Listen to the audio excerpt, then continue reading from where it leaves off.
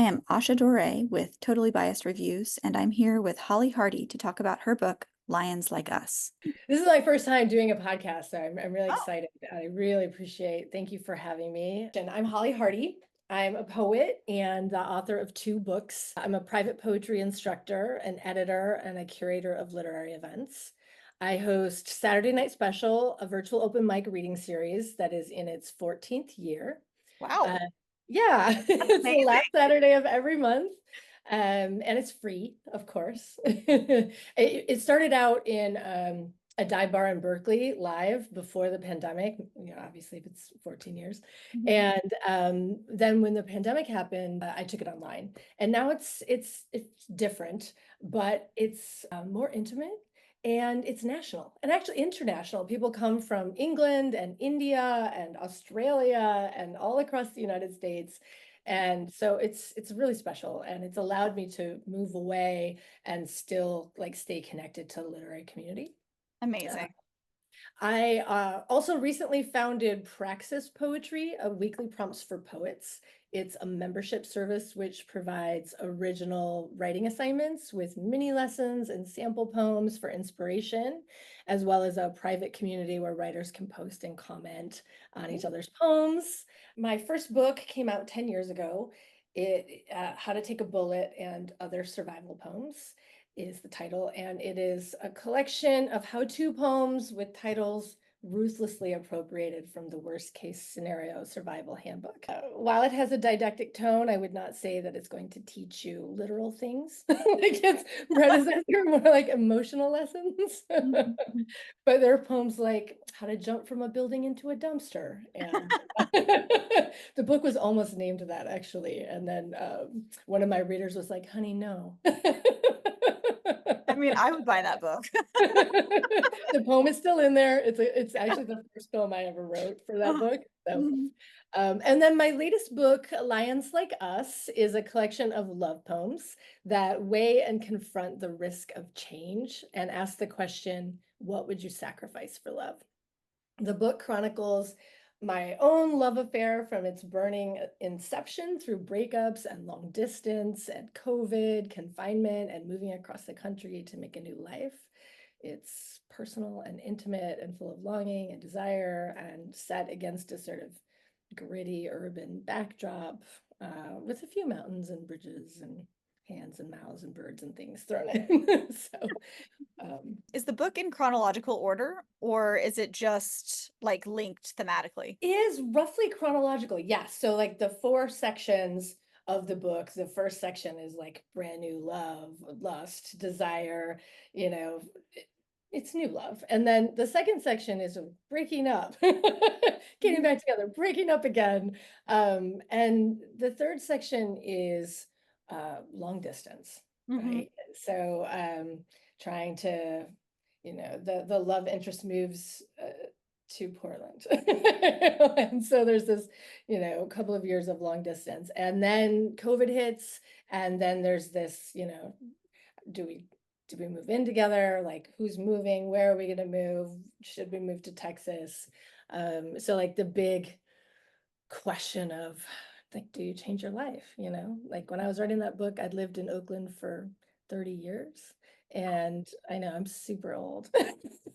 Um, It's just but I in a place. Like, I'm impressed.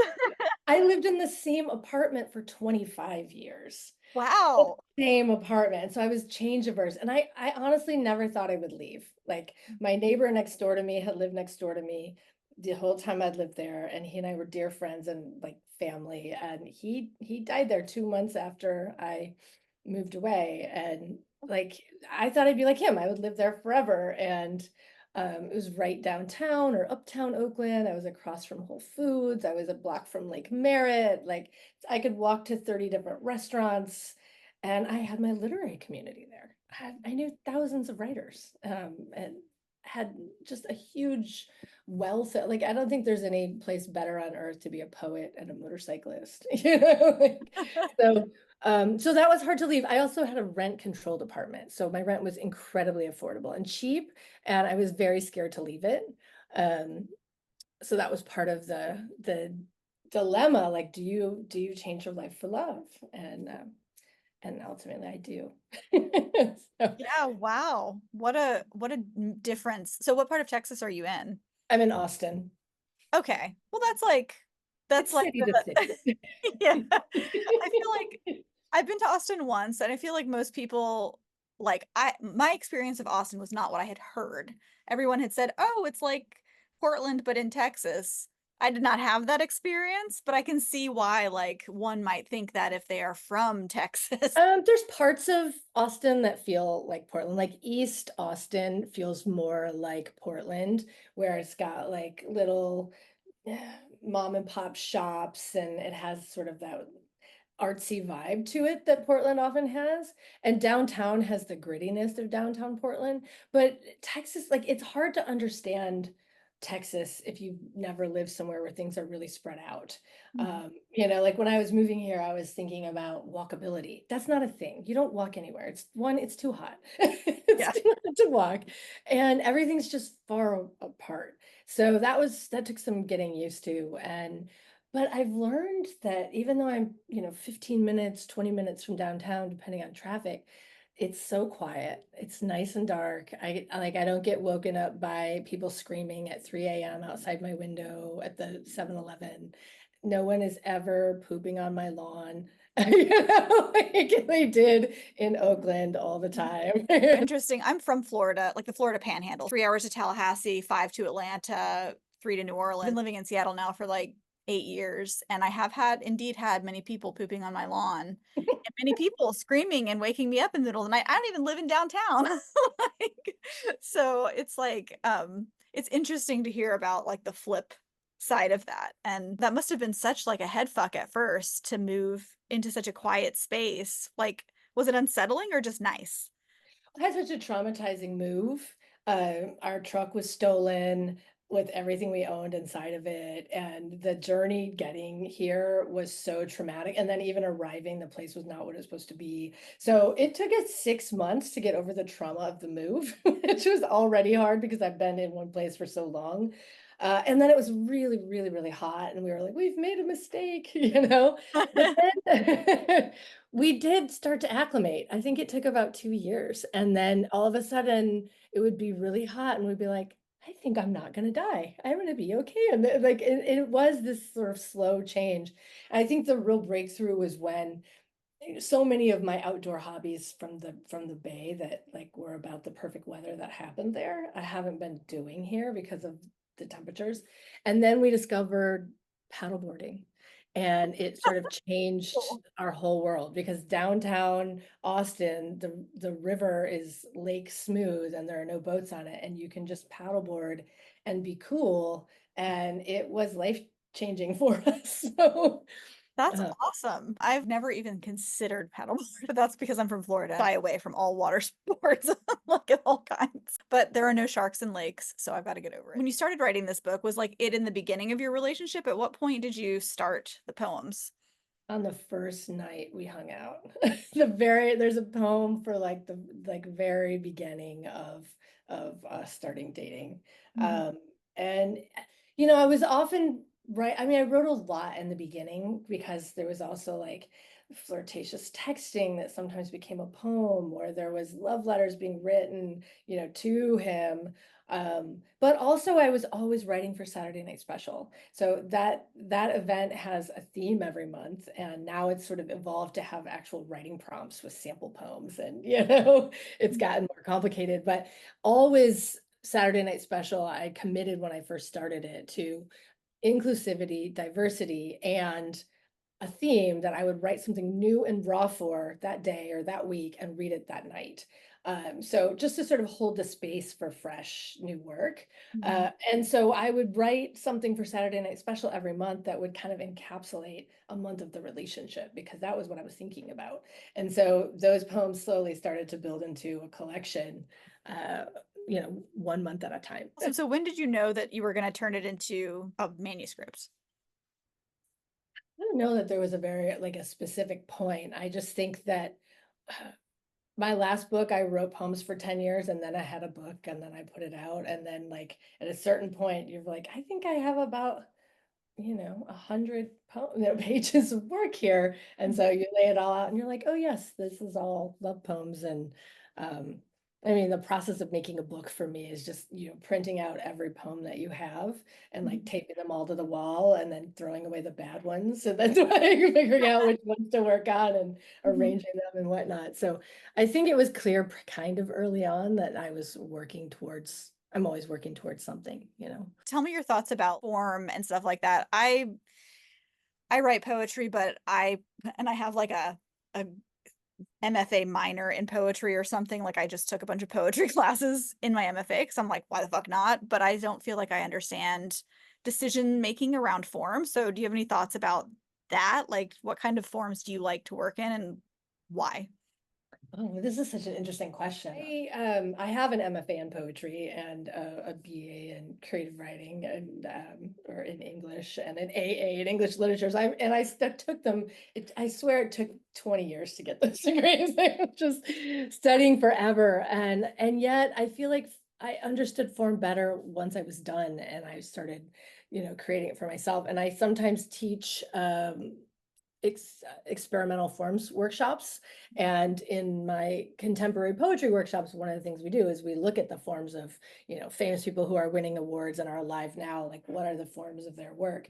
And so I don't usually start trying to write into a form unless I'm like, I'm going to write a sestina or I'm going to write a pantoum and there aren't a lot of like traditional forms. There aren't traditional forms in this book, although I have written some. But for me, form is something that happens in revision. And so it may come out in couplets and end up in couplets, or it may come out in, longer lines and end up in shorter lines or in triplets. And but I think it was as there was how you get the poem itself, where the line breaks are. I'm a big fan of enjambment and having lines and line breaks that create double meanings. I like a little bit of structure, so I like to have the same number of to have some thought into stanza lengths and how many lines are in a stanza and have it be consistent. But I think then once you start putting a collection into a book, you also want to create some pacing throughout the whole book. So if every poem has the same exact form, it can feel boring. So I definitely swapped some up and added some more experimental forms into the book later in that revision process, once I had all the poems and I was figuring out how they were going to talk to each other and how they were going to look on the page next to each other. Some form changes were made there. There's some poems in there that have slashes instead of line breaks, for example, or that have longer lines or like are tiny. There's one poem that's just super tiny. I realized like I read your book like I think it was like the day after your reading. I read poetry books the same way I read like a novel, which is just like usually in one or two sittings. I love that. I always wonder what poets do. Like, how do you read poetry books? And like, what do you think other people do? Love it. Well, I think I read poetry like a teacher, right? Because I am one. And most of the time I'm reading poetry because I'm trying to come up with an assignment or I'm really digging into so that I can unpack it and explain it to someone else.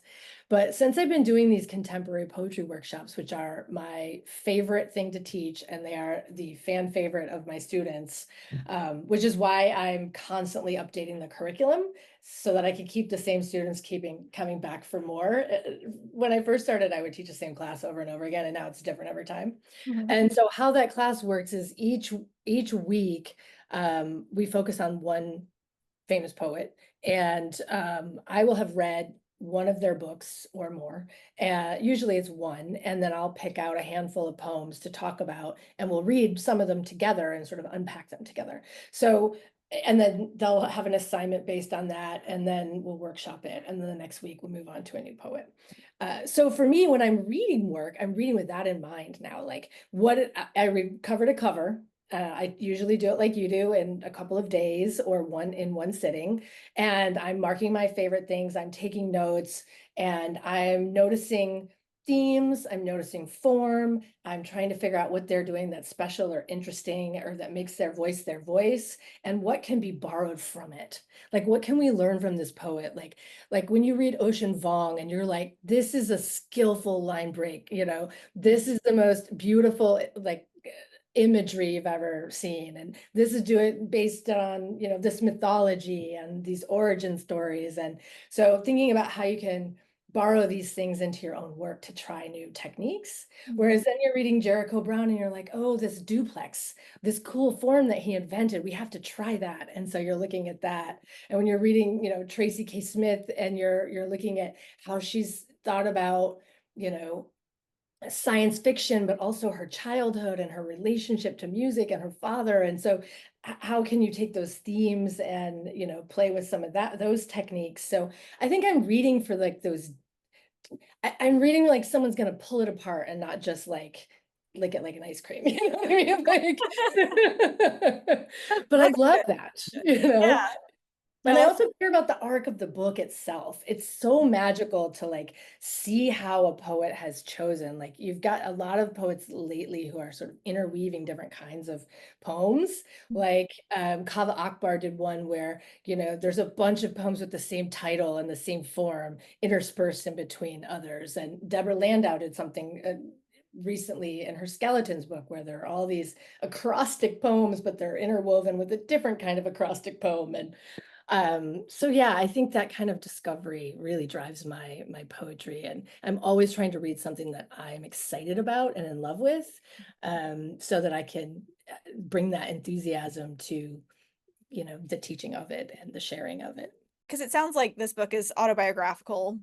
And I'm always curious, like, why poetry? Why not some other kind of storytelling? And also, just like, side note, I don't know that I believe that there's too much of a difference at the end of the day between poetry and essays. I love this question. I think that all creative acts are autobiographical, even fiction, right?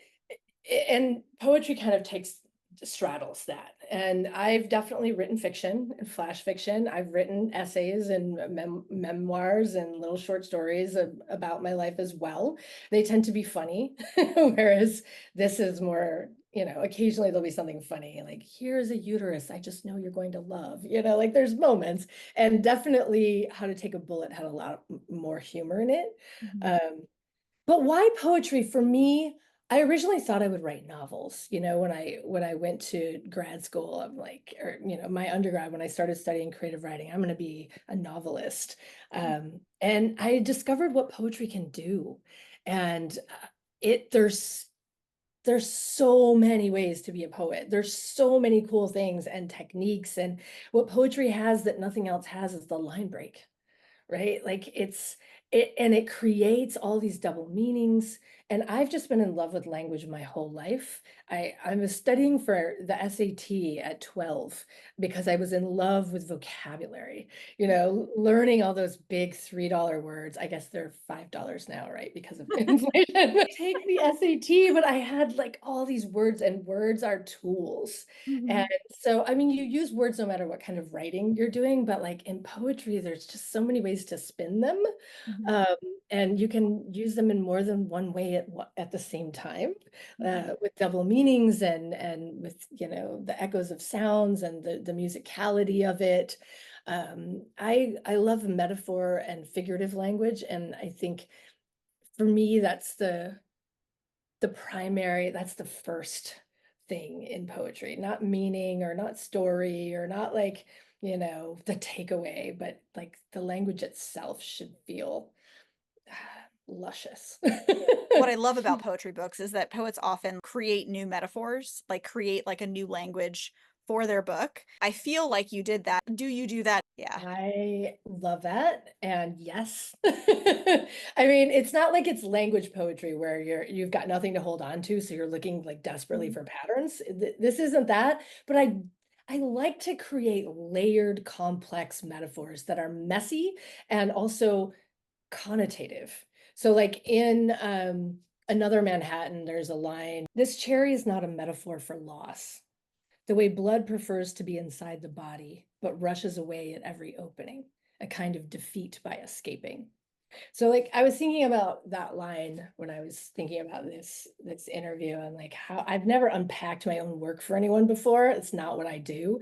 But I was thinking specifically about how those lines are meant to create this messy triple metaphor kind of, right? There's the idea of the popped cherry and the implications of that, right? The way that the metaphor, saying this is not a metaphor for that, is sort of pushing back against cultural ideas about female sexuality and purity and virginity and desire, which this book is about, right? The book is about the desire part and the shameless desire part. I mean, it's so confessional that uh, without being direct, if that makes sense.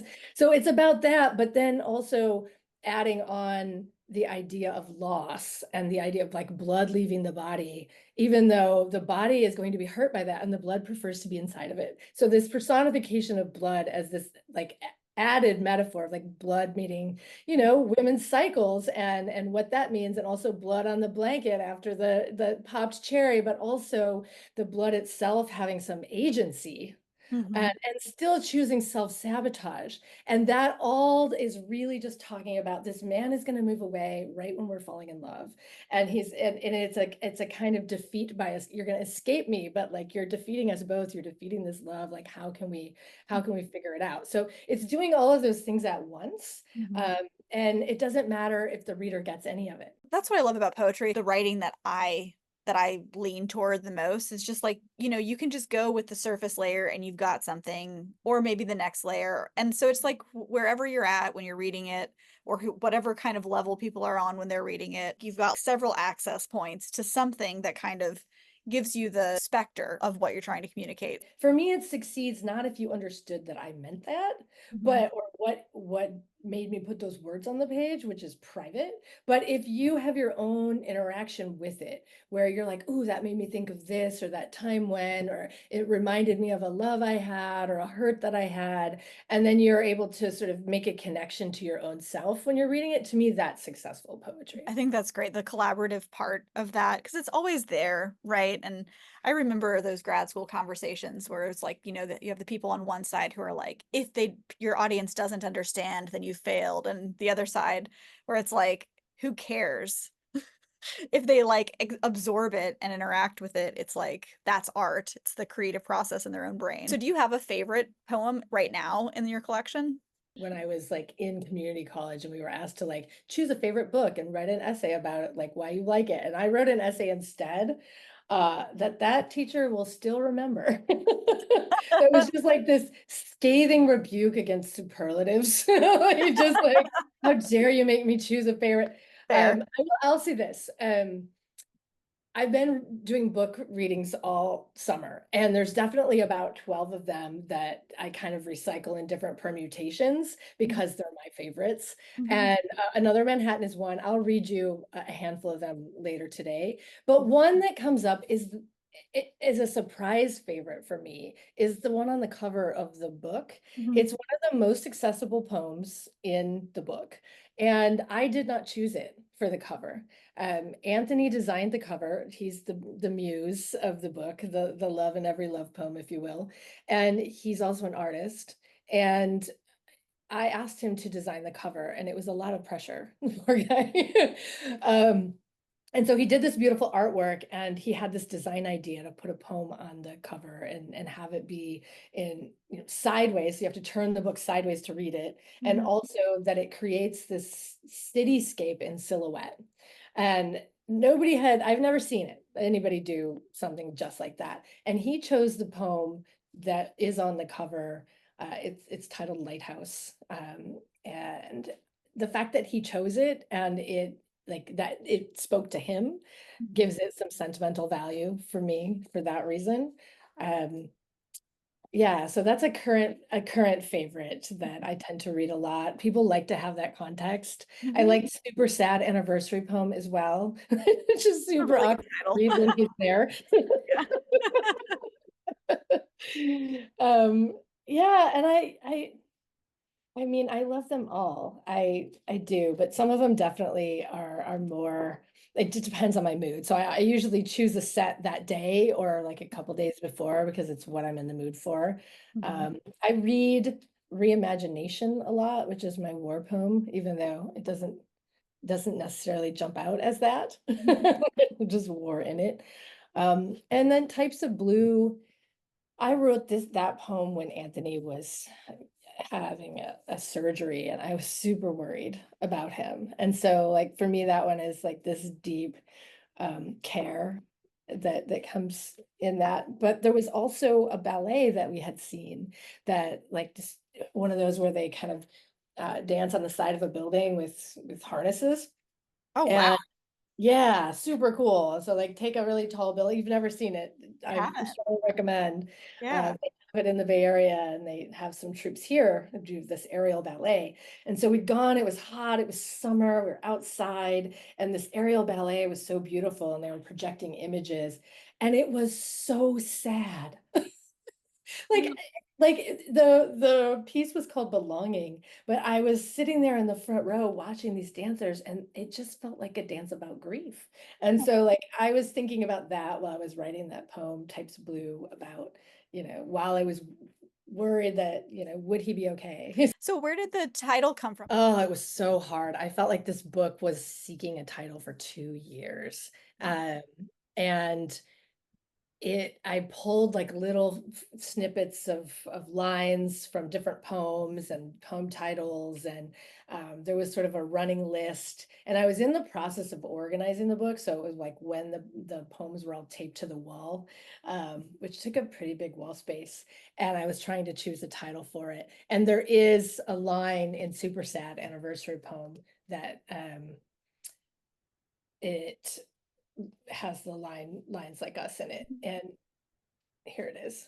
And so we give pet names to waterfalls like Crash and Crush, like Brio, because roar is too cliche for lions like us. So I liked the usness of it. I liked the metaphor of lions. And I liked the alliteration of it. And I liked the sort of duality of meaning. Like I told a story in San Francisco, I sent a copy of this book to my sister. She has a little daughter who's, I think she's 9, her name's Elsie, and she loves her Aunt Hollie. I mean, obviously what one would, right? Right. As one would. Uh-huh. And she used to want to be a doctor because she thought I was a doctor. Oh, I had lied to her about that. that's awesome. I mean, she did kind of deserve it. Like I was talking to her on the phone, and she'd like hurt her knee that day or something, and telling me about her owie and how she had a Band-Aid on it. And when you're talking to a child and you're like, oh, that's great, that'll help it heal. And she's like, how do you know? You're a doctor? And I was like, yeah, I'm a doctor. That's a And valid. Hollie's a doctor, and then you can't undo it, right?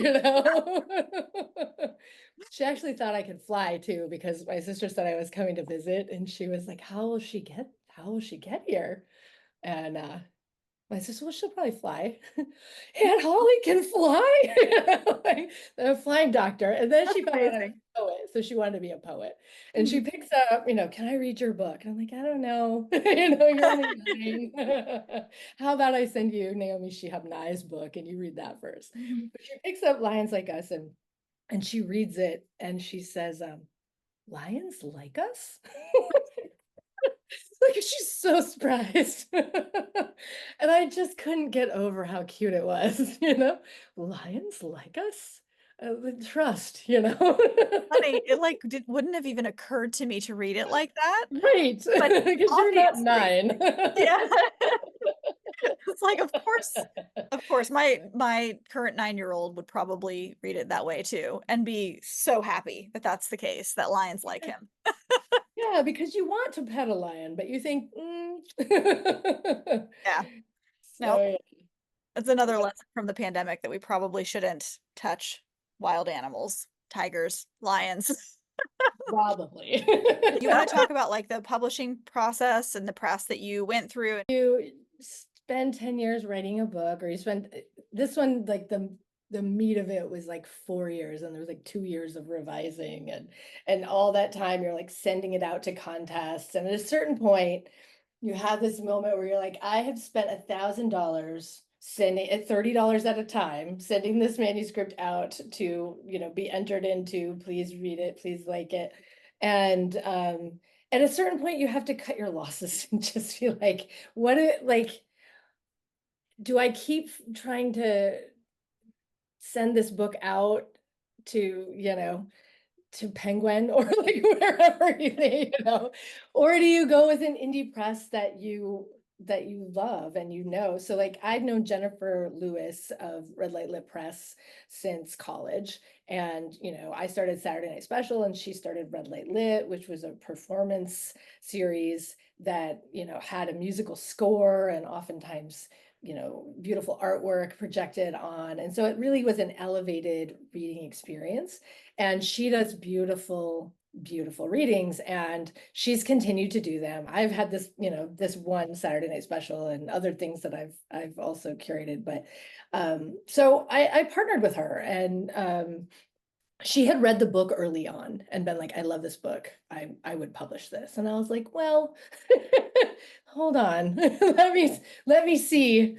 And after another sort of year of sending it around, I just thought, why not let Jennifer publish it?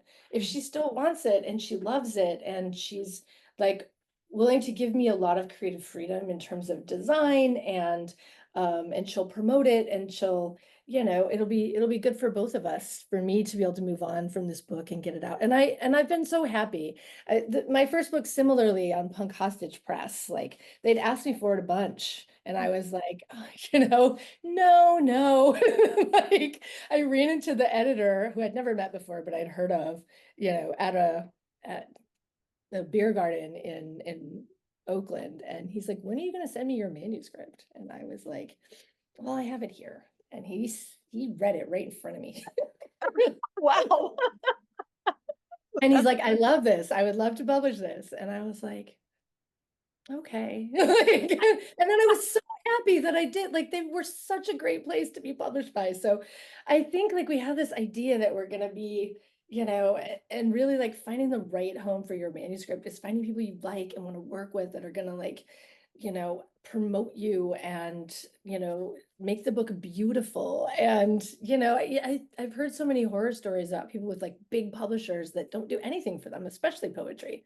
Mhm. So I've been really lucky, I think. My books are beautiful, and they've actually sold a lot of copies, and Great.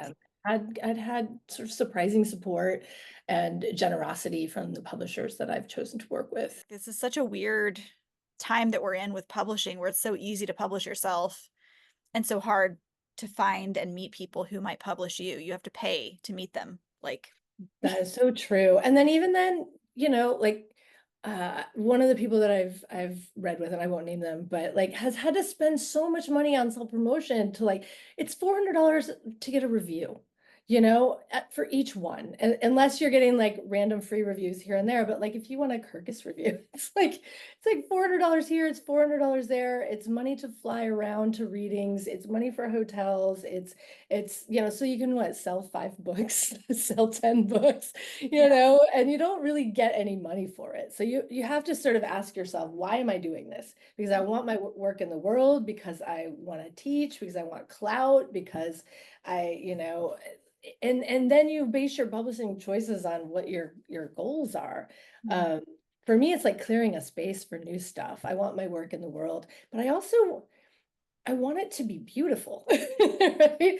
And so like so often like you find a publisher and you hand it over and you don't get to choose the cover, or you don't get to choose the font. Like, I made every choice about both of these books. I laid both of them out. The artwork was my choices. Like the font in here is like a $600 font that my boyfriend like picked out. He's like, I will buy you this as a present because it's so Awesome. beautiful. Like, and having debates about the cover of like this font versus that one, like what does it make you feel? Is it warm and fuzzy, or is it like futuristic, or does this font say love story? And being able to have those conversations, as opposed to your publisher being like, do you like this one or this one, and then those are your only choices. Uh, Yeah.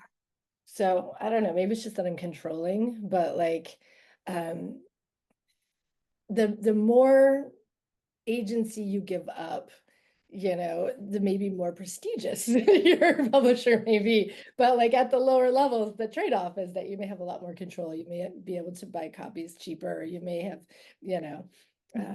other ways to get your work out in the world. But either way, you have to hustle. Even once your book is out there, you have to, it's real work. I think that's good for people to know, because I think that there's just like a lot of mystery around this process and different ways that it, like nobody really talks about it. Like we don't, if somebody's published by a press and they don't pay for publicity, we don't talk about it, like we don't know, and until we end up in that situation, and then we have to like just kind of go through the fire of it or whatever.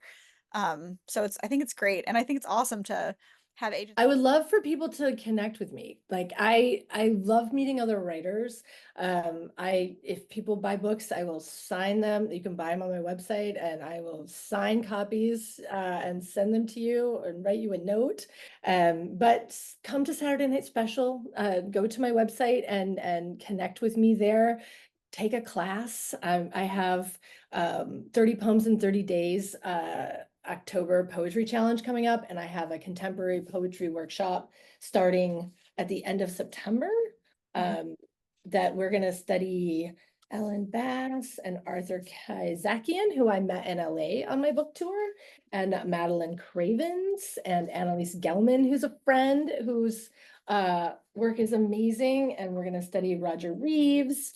And so yeah, that'll be just such a fun class and workshop, and some of my favorite students have already signed up, so I know it'll be a good group if people want to join. Do you want me to read some poems?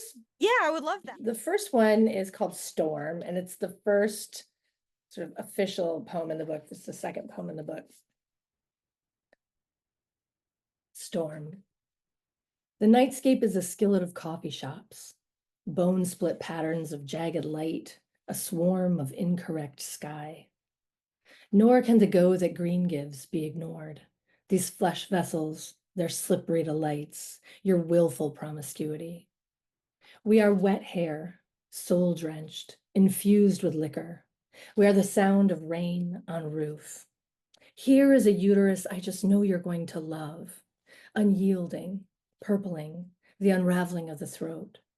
In a storm that doubles as longing, how we shudder and thrust and ache, gnaw at the angel's bloody hammer, strain against the rope, until at last we curl in sleep in this garden of little letdowns, private animals, guardians of tenderness.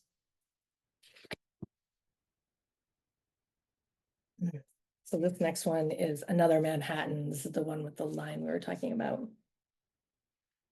Something dark and new growls inside the night circus, where my heart flutters like a spectacle in its little cage. The lion, the whip, and the taste of you lingers like a season, nicotine and leather, those hands. I've been drinking about my feelings again, here in the forest of us, where everything is newly planted. Are we rocks or air? The tide of you rolls out. Light shines through the doorway like a message from home. Here is a lesson about truth, sculpted of bricks and glass. Here is another Manhattan. I'm trying to be taller again, and you are teaching me to wait. This cherry is not a metaphor for loss. The way blood prefers to be inside the body, but rushes away at every opening, a kind of defeat by escaping. I want to see the stars again. I want to walk with you in the rain. I wake up with my hands folded over my chest like a coffin. Sometimes you're here, nestled in the small of my back, and sometimes you're gone. All right, so this next one is Lighthouse. This is the one on the cover of the book. We draw the shape of loss on our bathroom mirrors in dry erase. I traded your body for the sound of your voice, like water, like coffee, bitter honey and oak, evening breeze susurrating tall grass, the cats purr a distant dream, whispering, come closer, whispering, come back. We build a lighthouse of our time together to contain the wet of sadness, to fuel the fire of hope. Any day now, we'll move in to change the world. You will be the lighthouse keeper, and I will be every boat saved by your light. Or maybe I'm the rocky shore where boats crash in the sea-tossed darkness, and you will walk along my banks like a new moon. All right, two more. Like a little clap in between each one. This next one, types of blue. This is the sad one. Sometimes I miss the pretend versions of each other we made up when we met. I think of blue. Light bends the sky, a darker shade of lonely. I think of mountains, fog-colored, spangled with twilight. I admit it, I long to disperse like ink and water, staining everything wet. I want to stop missing you, like Maggie Nelson's sleeve of ash falling off a lit cigarette. We are memories of smoke. I decide to start leaving you notes. I write, darling, I'm thinking of blue. I want to write a poem that makes you cry, like a Joni Mitchell song, rips the tears right out of your heart or throat or wherever tears are made. At the Blue Ballet, the dance about belonging is actually a story of grief. Sad ballerinas consoled in blue light, night air humid with strangers. I think of wolf fur, the true color of winter, Picasso's blue guitar, Joni's melancholy voice, breaking up the line with fresh blue sorrow. You don't notice the imaginary love notes I've been leaving you. I just want you, I write. I just want you to be okay. All right, and the last one, the one with the title line in it. Super sad anniversary poem. I want to write poems of celebration and sorrow because all these poems about longing are probably boring your cat. And so the city unpeels itself, throws its slick wrapper into the ocean, careless of heights, indifferent to danger. We only hike uphill these days, a tough love re-education for the breath. I learned that in Malay, people rise up to love instead of falling in like Americans.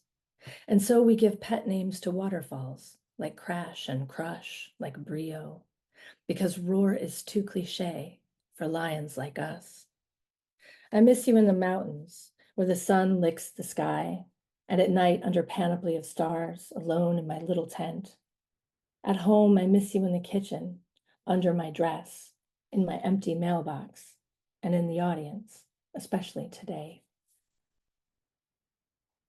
That's it.